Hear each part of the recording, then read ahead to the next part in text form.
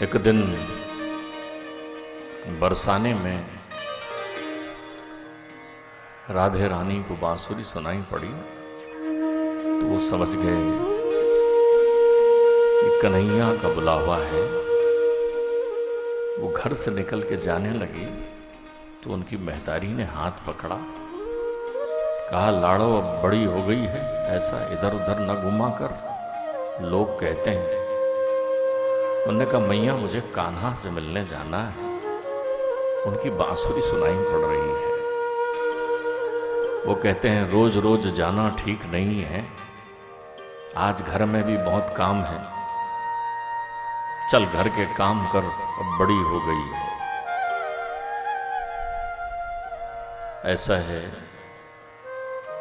भागवत प्रबंध हमारी महतारियों को भी कहता है कि लाड़ों को लाड़ तो करो लेकिन थोड़ा अपने काम में भी लगा के रखो। घर आती है तो बिल्कुल जो करना है सो कर बेटी, सब तो मैं कर रही हूँ। बेटी को सिखाओ, बेटी को अपनी सहेली बनाओ। मैया तुम सहेली नहीं बनोगी तो बाहर की कोई सहेली बनेगी, और कहीं बाहर की सहेली ने किसी सहेला से उसकी मुलाकात करा दी तो घर के संस्कार भूल जाएगी। उसे अपनी सहेली बनाओ, उससे बतियाओ, बैठो, उसे काम में लगाओ। बंधुओं, ब्रजमंडल की लीला में मेरे ठाकुर जी ने शंखासुर, शंखचूर्ण, अरिष्टासुर, व्योमासुर इत्यादि इत्यादि दैत्यों का वध किया। मेरे ठाकुर जी ने वचन दिया है, मूंग भात खाकर कात्यायनी का व्रत कर रही हैं 16,000 गोपिकाओं को कि वो उन्हें रास में बुलाएंगे। परीक्षित जी भागवत की प्राण तत्व का स्पर्श करना चाहते हैं। श्रीमद् भागवत पुराण का प्राण तत्व है प्राण। 5 अध्याय में श्रीमद् भागवत में सुखदेव जी ने परीक्षित को रास मंडप और रास की व्याख्या की है। इसे रास पंचाध्यायी कहते हैं। इसके श्रवण का बड़ा फल वर्णित है भागवत में। बंधुओं, भागवत समाधि भाषा में है। भागवत की समाधि भाषा को थोड़ा हम समझते चलते हैं। इससे पूर्व कि आप रास मंडप में प्रवेश करें, आप समझ लें रास क्या है।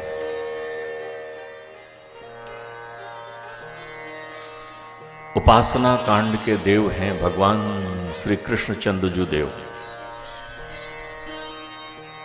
उपासना कांड में 16,000 ऋचाएं हैं। 16,000। कर्म कांड के देव हैं ब्रह्मा जी। कर्म कांड में 80,000 ऋचाएं हैं। ज्ञान कांड के देव हैं भगवान भोले भंडारी शिव। इसमें 4,000 ऋचाएं हैं। जब भगवान ने 16 कलाओं के साथ अवतरण लिया तो भगवान के देव ही हैं, ऋचाओं के साक्षात देव ही हैं भगवान। तो ऋचाएं प्रकट हो गईं 16,000 गोप सखियां बनकर, और उनसे कहा कि हमारे स्वामी तो आप ही हैं। इन ऋचाओं को पढ़कर लोग आपकी भक्ति को प्राप्त करते हैं। वो प्रत्येक ऋचाएं प्रकट हो गई उपासना कांड से। वो ही 16,000 गोप सखियां हैं।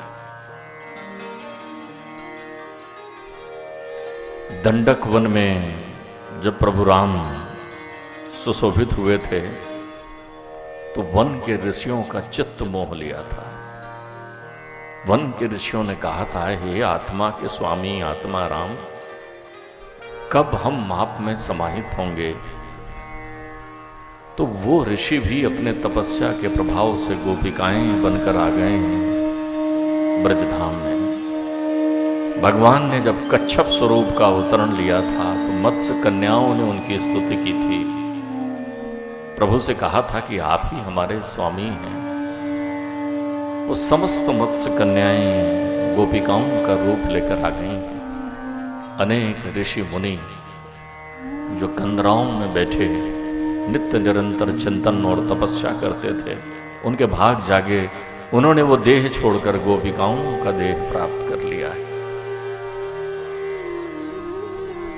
पहले आप ये समझ लें, गोपी है क्या?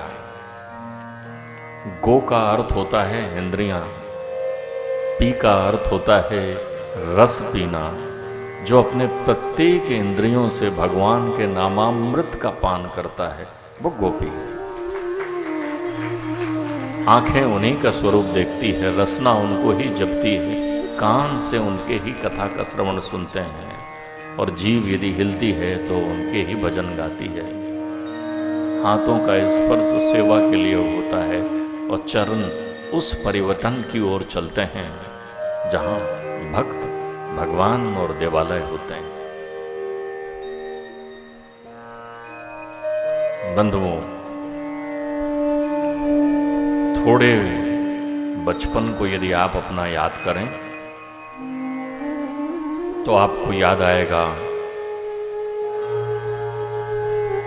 कि घर के आंगन या पर्ची में एक दर्पण लगा होता था। उस दर्पण में एक छोटी चिड़िया आ जाती थी कभी कभी। टुक टुक की आवाज हमारा ध्यान आकर्षित करती थी। वो उसमें अपने आप को निहारती और अपने चोंच से उस दर्पण में टुक टुक प्रहार करती, जैसे वो ये महसूस कर रही हो कि अंदर कोई और चिड़िया है और मुझे इसे मारना है, ये मुझे इससे मिलना है। कभी आपने किसी बालक को अपनी छवि पानी में देखते देखी होगी और खुश होकर वो उसे पकड़ना चाहता है। कभी दर्पण में भी खुद आपने अपने आप को भी देखा होगा। कहते हैं दर्पण झूठ नहीं बोलता। आप खुश होते हैं दर्पण देखकर, लेकिन दर्पण की छवि से कभी मिलने की इच्छा हुई कि ये बाहर खड़ा हुआ और दर्पण के भीतर वाला मिल जाए। जब वो छोटा बालक जल में अपनी परछाई को पकड़ ले, जब वो छोटी चिड़िया दर्पण में चोंच मारते हुए किसी चोंच से चोंच को मिला ले, जब दर्पण में खड़े हुए आप दर्पण के भीतर के अपने स्वरूप में समाहित हो जाएं, तो उसे रास कहते हैं। रास। जब आत्मा परमात्मा से मिल जाती है, जब बूंद समुद्र में समा जाती है, तो उसे रास कहते हैं। रास में जड़ और चेतन नहीं होता, चेतन चेतन से मिल जाता है। जड़ता समाप्त हो जाती है, स्वरूप का भेद समाप्त हो जाता है, भेद खत्म हो जाता है। जब प्रत्यक्षता आत्मा परमात्मा की अनुभूति करने लगती है तो रास होता है। रास केवल नित्य नहीं है। रास हाथ में गरबा की लकड़ियों को लेकर मटकना भी नहीं है। रास है अपने चित्त को एकाग्र करके आत्मा को परमात्मा के स्वरूप में समाहित कर देना है। रास काम प्रपंच नहीं है। सावधान, रास में प्रवेश के पूर्व पहले आप ये देख लें, ये रास के संदर्भ में भागवत जी कहती क्या है, ज्यों की त्यों। आप समझें, आप देखें गोपिकाएं क्या कर रही हैं। सावधान होकर समझें रास को। आज छठवां दिन है, कल परीक्षित को मुक्ति मिल जाएगी। न जाने फिर कौन परीक्षित भागवत की गंगा लेकर आपके पास आए और फिर आपको इसका रसवर्धन मिले। तो अच्छा हो कि आप अनंग वर्धन होकर जवलोप कुंडला को समझ लें, जवलोलोप कुंडला को। नित्य रास में रमण करें गोपी बनकर। गोपी किसी स्त्री की परिभाषा नहीं है, गोपी किसी स्त्री का स्वरूप नहीं है, गोपी तो कृष्ण ग्रहीत मनसा है। क्या कर रही है गोपिका अपने घर में? कुछ गोदोहन का कार्य कर रही हैं, गोदोहन का। लेकिन गोदोहन तो कर रही हैं, पर हैं कैसी? दुहत्यो अभययो काश्चित दोहम हित्वा समुत्सुका। वो चित्त और मन उनका कन्हैया में ही लगा हुआ है और दूध दो रही हैं। इसी दूध से कल दही बिलोंगी और मट्ठा अपने मक्खन निकलेगा और कन्हैया उस माखन को खाने मेरे घर आएंगे। समुत्सुका जो है, जो हर पल उत्सुक रहता है कि कब कन्हैया बुलाए और मुझे चलना पड़े, वो गोपी है।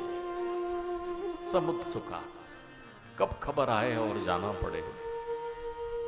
जिसकी तैयारी, जिसका सूटकेस और अटैची हमेशा तैयार रहता है कि न जाने किस दिन बुलावा आए और मुझे जाना पड़े, वो समुत्सुका है, वो गोपी है।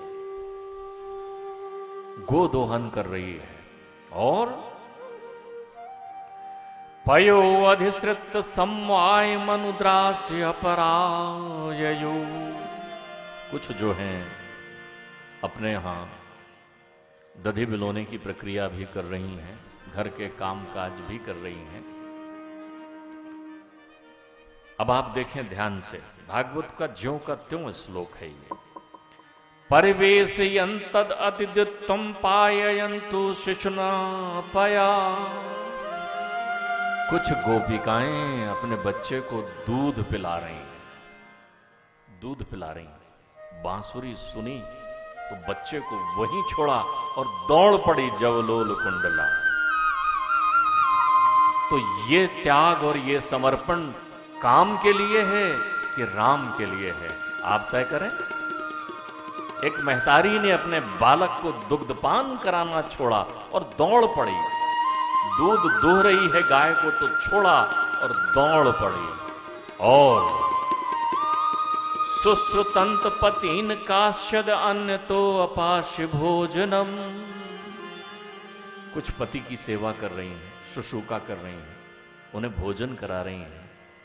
क्या द्वापर युग में ब्रजमंडल में संस्कार इतना कम हो गया था कि पति की सेवा शुश्रूषा और सास ससुर को भोजन परस रहे हैं तो भी वो छोड़कर भागे कि आज तो मुझे संसार के जगतपति ने बुलाया है। ये दौड़ काम के लिए नहीं, राम के लिए है, ये ध्यान रखना। आप देखें, कुछ श्रृंगार कर रही थी, बांसुरी आई तो उन्होंने हरे की जगह पीला लगा लिया, पीले की जगह लाल लगा लिया।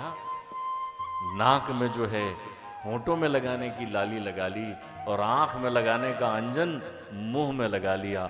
बावली होकर दौड़ पड़ी, आज तो कन्हैया ने बुलाया। एक और नाम गोपिका का, गोविंद अप्रतात मानो। जिनके चित्त को, जिनकी आत्मा का अपहरण गोविंद ने कर लिया है। दसों तत्व, दसों को छोड़ दिया। वैसे ही भागवत के श्लोक को बाबा ने इस भाषा में लिखा है। घर परिवार, बच्चे, माता पिता, कुटुंब, धन संपत्ति, सारी चीजों को त्याग करके कन्हैया की बांसुरी सुनकर दौड़ी उस शरद पूर्णिमा की रात्रि को। और एक विशेष बात और लिखी भागवत में आपको सावधान करने के लिए। ध्यान से सुने यह श्लोक। अगर ये श्लोक समझ में आ गया तो फिर रास मंडल में प्रवेश का आनंद ही दूसरा होगा। अंतर्ग्रहगता काश्यद गोप्यो अलब्ध विनिर्गता। कुछ गोपिकाएं जब जाने लगी तो उनके गोपों ने हाथ पकड़कर खींचा और कमरे में बंद कर दिया। नहीं जाना है रात्रि में। तो क्या हुआ? कृष्णम तद भवान युक्तम दह्युम मीलत लोचना। उन्होंने अपने नेत्र बंद किए, अपना शरीर वहीं छोड़ा और मन की गति से रास में पहुंच गए सबसे पहले, क्योंकि रास तो आनंद वर्धनम है। उन्होंने कहा ये शरीर रखो आप घर में, मैं तो चली, मुझे कन्हैया ने बुलाया है।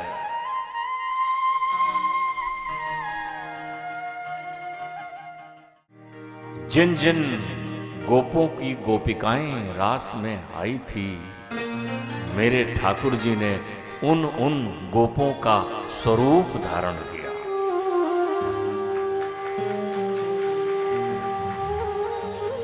प्रत्येक गोप का स्वरूप मेरे ठाकुर जी ने धारण किया। ये बात एक। बात दो, प्रत्येक गोप भी रास में आया और रास के प्रभाव से प्रत्येक गोपिकाओं ने अपने गोप में ही परमेश्वर के दर्शन किए। इसीलिए भागवत के संस्कार में पति को पुकारते हैं पति परमेश्वर। यही कारण है कि हमारे संस्कार हमें सिखाते हैं कि पति में परमेश्वर की अनुभूति करें, क्योंकि जीवन भी तो ऐसा ही है ना, जहां भेद स्त्री पुरुष का खत्म होता है, समाप्त होता है, तब स्त्री की सारी अनुभूतियां, उसके सुख दुख पति के होते हैं, और पति की सारी अनुभूतियां और उसके सुख दुख पत्नी का होता है। तब वो हम कदम बनकर जीवन को ठाकुर जी के हाथ सौंपकर अपने जीवन संसार में रमण करते हैं। तो विशाल रंगशाला में शिव धनुष रखा है। मेरे ठाकुर जी रंगशाला में प्रवेश करके खेल खेल में ही धनुष को उठाकर उसके 2 टुकड़े कर देते हैं। और जैसे ही रंगशाला में प्रवेश करते हैं तो जिसकी जैसी भावना होती है, मेरे ठाकुर जी उसको उस स्वरूप में दर्शन देते हैं। कंस को साक्षात मृत्यु की तरह लगते हैं, ज्ञानियों को भगवान दिखाई पड़ते हैं, योगियों को महायोगी दिखते हैं, वसुदेव को पुत्र दिखाई पड़ते हैं। जाकी रही भावना जैसी और प्रभु मूरत देखी तिन तैसी। चाणूर और मुष्टि महामल्ल हैं, अत्यंत बलशाली हैं, 10 हाथियों का बल रखते हैं। बढ़ते हैं कन्हैया की तरफ। कन्हैया कहते हैं, क्यों भाई, मामा जी के यहां स्वागत ऐसे ही होता है क्या? वो कहते हैं कि हमें तुमसे मल्ल युद्ध करना है। वो कहते हैं, ये कौन सा सूत्र है कि 11 वर्ष के बालक से एक महादैत्य मल्ल युद्ध करे? बोले हमारे यहाँ कंस के यहाँ ऐसा ही होता है, 2 होते हैं, एक सुर एक असुर। सुर में जो होते हैं वो नियम से चलते हैं, और उल्टे जो होते हैं वो असुर होते हैं। कन्हैया के साथ चाणूर और बलदाऊ जी के साथ मुष्टि मल्ल युद्ध करते हैं। नंद बाबा को घबराते देखते हैं, वसुदेव को अधीर देखते हैं, तो कन्हैया पलक झपकते ही चाणूर का और बलदाऊ जी मुष्टि का वध कर देते हैं। कंस ऊंचे मंच पर बैठा है, आदेश देता है कि इन दोनों ग्वाल बालों को बाहर भगाओ। वसुदेव का और उग्रसेन का वध कर दो, नंद बाबा को कारागार में डाल दो। चीखता है कंस। मेरे कन्हैया उछल कर उस ऊंची मचान पर पहुंचते हैं रंगशाला के, और कहते हैं, क्यों मामा जी, मुझे पहचाना?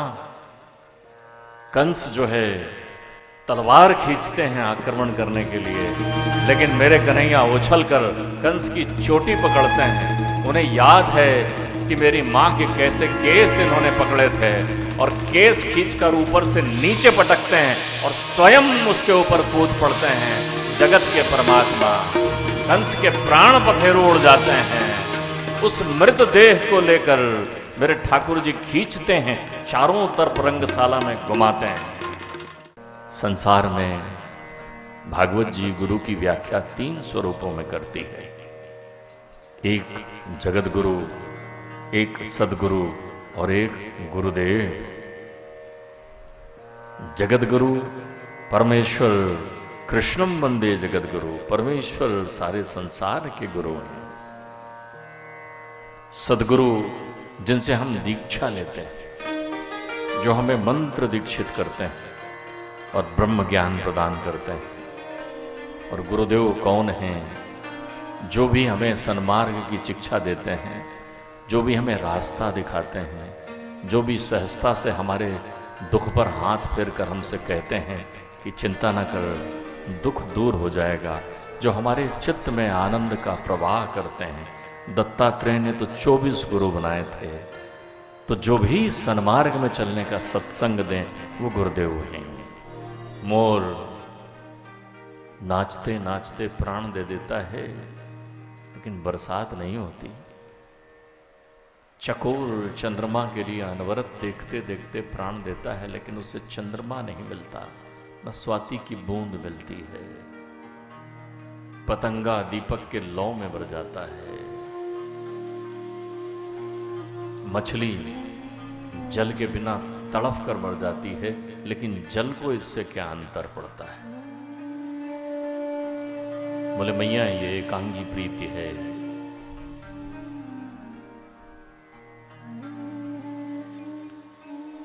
राधे रानी उठती हैं, उद्धव का हाथ पकड़ती हैं, इधर आओ, हमारी प्रीति एकांगी है। देखो, मैया के स्पर्श से भक्ति का संचार हो गया। मैया कहती हैं, देखो तुम मोर की बात करते हो, मोर श्याम होने लगे, अब मोर पंख धारने से। मेरे कन्हैया ने मोर का पंख धारण किया तो मोर का रंग ही श्याम हो गया है। देखो दिखता है श्याम। और बांस श्याम होने लगे, अब बांसुरी बजाने से। मेरे कन्हैया ने बांसुरी बजाई तो बांस का रंग श्याम हो गया। मोर श्याम होने लगे,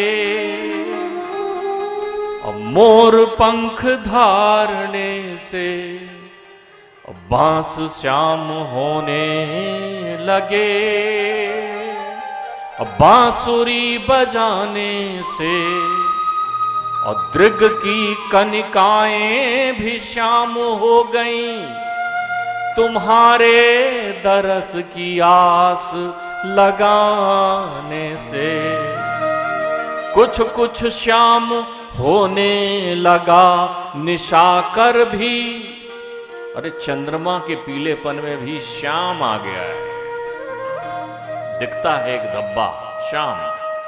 कुछ कुछ श्याम होने लगा निशाकर भी, तुम्हारे मुखाकृत की उपमा पाने से।